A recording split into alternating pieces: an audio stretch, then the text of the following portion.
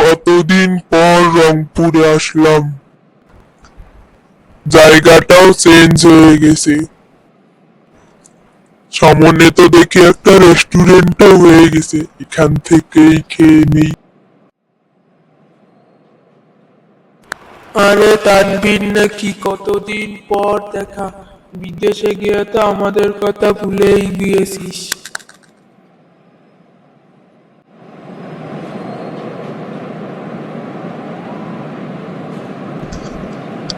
না বন্ধু, তোদের কথা আমার সব সময়ই মনে ছিল।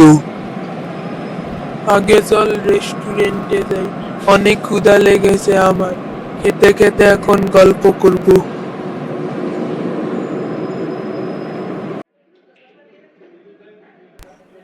অসাধারণ টেস্ট। আজ কতদিন ধরে এই খাবারগুলো খাইনি, কি মজা। এখন তো চলে এসেছিস, এখন তুই রেগুলার খেতে পারবি, সমস্যা নেই।